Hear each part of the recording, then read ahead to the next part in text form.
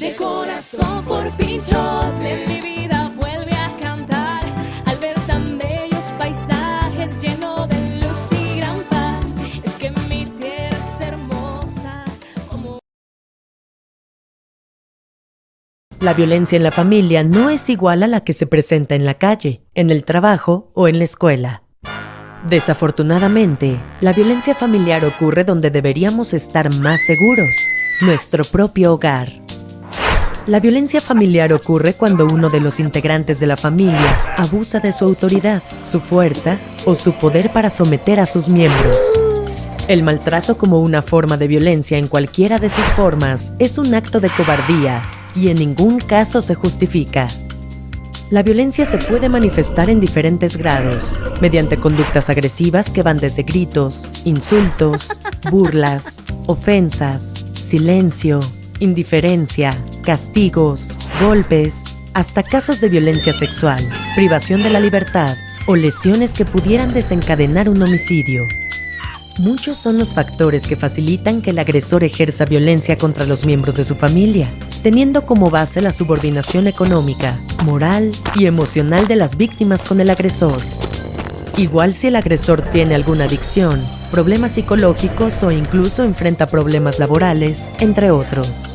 Una familia en situación de violencia no convive en armonía, por lo que la estructura que la forma se vuelve muy frágil.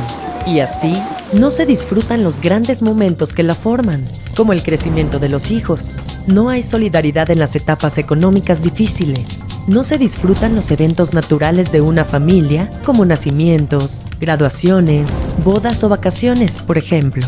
Si aprendemos a reconocer las distintas situaciones que pueden llevarnos a la violencia, podremos resolverlo. El agresor puede ser cualquier miembro del clan y generalmente maltrata a los menores a través de castigos, regaños, coscorrones, jalones o pellizcos. De esta manera, el niño aprende a someterse ante quien es más fuerte que él y lamentablemente también aprende a someter a quien es más débil. A pesar de que promueve y legisla sobre la equidad de género, algunos hombres actuando de manera machista se pueden volver violentos.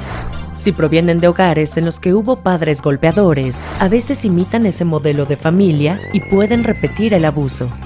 Algunos padres educan de forma tradicional, donde a los niños se les enseña a ser fuertes y duros, mientras que las niñas aprenden a ser tiernas, dulces o sumisas. En ambos casos, los castigos verbales y corporales están presentes en su vida bajo la premisa de enseñarlos a obedecer.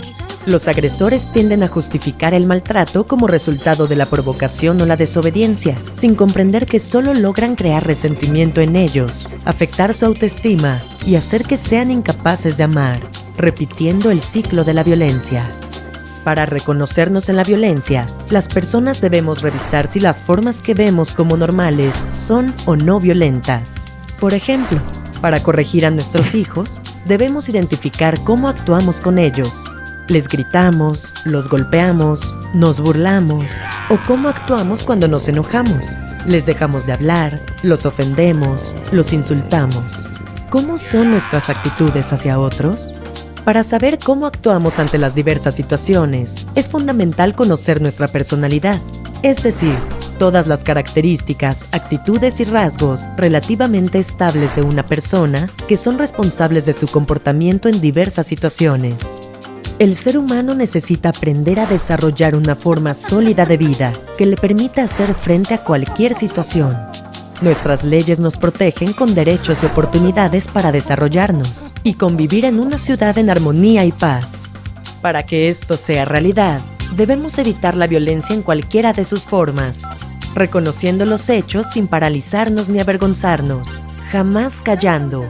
Por el contrario, pidiendo ayuda y, si es el caso, denunciar las situaciones.